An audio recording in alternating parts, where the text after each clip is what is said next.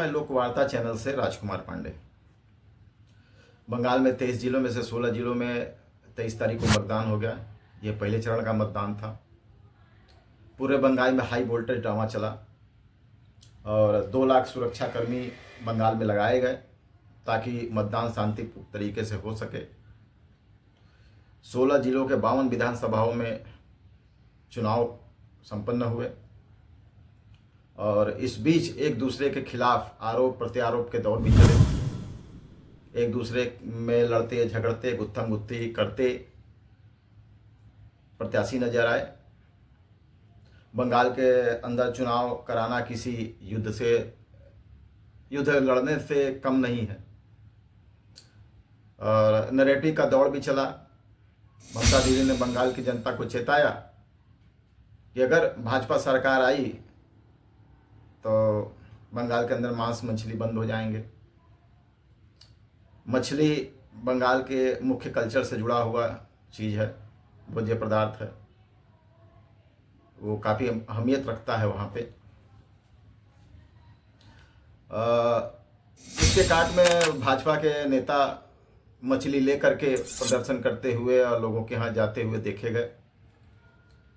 Bharatiya Janata party के नेता अनुराग ठाकुर झोल भात खाते हुए दिखे।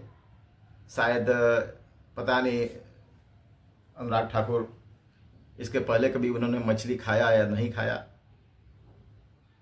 आसाम के मुख्यमंत्री हेमंत बिश्व शर्मा चुनाव बाद झोल भात की पार्टी दे दिया अपने तरफ से बंगाल की जनता को। वोट के लिए लोग क्या क्या नहीं करते हैं। प्रधानमंत्री ने दुकान से झाल मुड़ी बनवा के खाया तो पूरे टीएमसी में हड़कंप मच गया। ममता दीदी उस दुकानदार को बीएसएफ और सीआरपीएफ की जवान कहने लगी। प्रधानमंत्री ने चुटकी ली कि एक सभा में झाड़ मुड़ी मैंने क्या खाई, मिर्ची टीएमसी को लग गई। ममता बनर्जी इस बार टीएमसी को बचाने के लिए और अपने राजनीतिक करियर के अस्तित्व की लड़ाई लड़ने के लिए जिस प्रकार से बंगाल के चुनाव में जूझ रही हैं,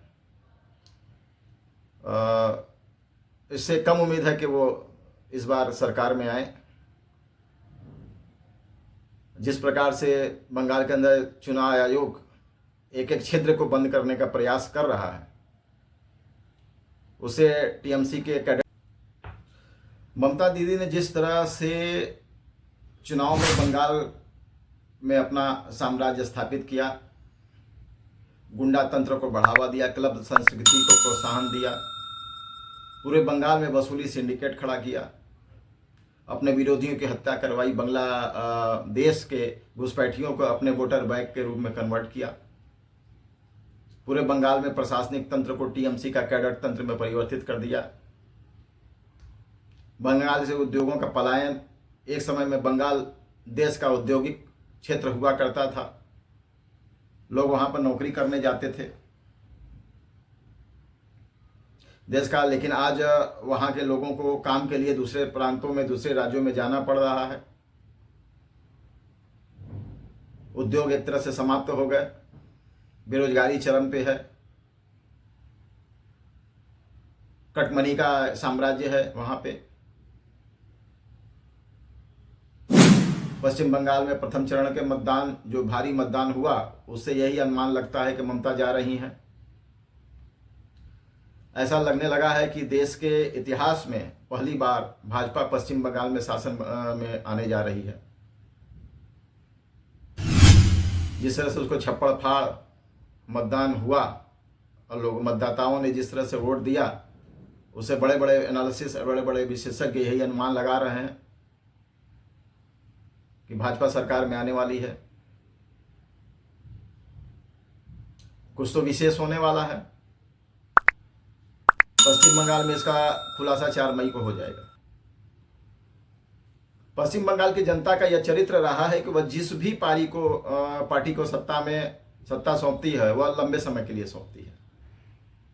जिसका उदाहरण है कि देश के आज़ाद होने के बाद कांग्रेस की सरकार काफ़ी दिनों तक रही। उसके बाद ज्योति बसु करीब 35 साल तक राज्य किए पश्चिम बंगाल में। कम्युनिस्टों का शासन रहा।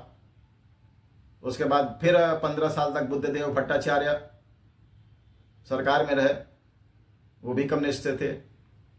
उसके बाद 15 साल ममता बनर्जी रहीं और लेकिन जनसंघ से भाजपा आज, जनसंघ से लेकर के आज तक भाजपा या जनसंघ का कोई भी व्यक्ति सरकार नहीं बना पाया वहां पे।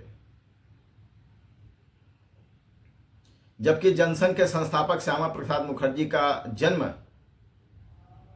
बंगाल के भवानीपुर में हुआ, जहां से ममता बनर्जी चुनाव लड़ रही हैं। और आश्चर्य होगा कि इस बार भाजपा पश्चिम बंगाल में सरकार बना ले।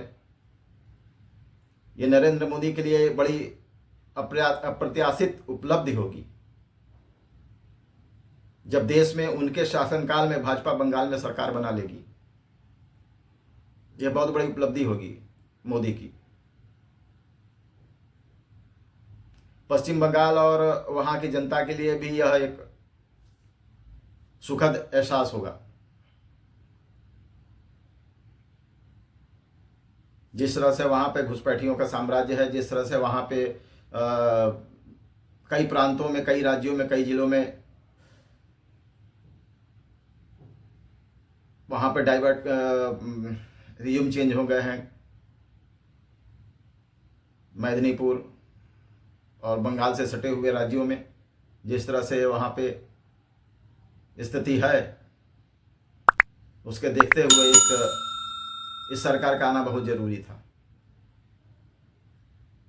29 तारीख को सेकंड फेज की इलेक्शन है। आगे देखते हैं क्या होता है। 4 मई को रिजल्ट आ जाएगा, वो हमारे आपके सामने होगा। आज का वीडियो बस इतना ही। हमारे वीडियो को लाइक करिए, शेयर करिए, कमेंट करिए और सब्सक्राइब करिए। धन्यवाद। जय हिंद, जय भारत।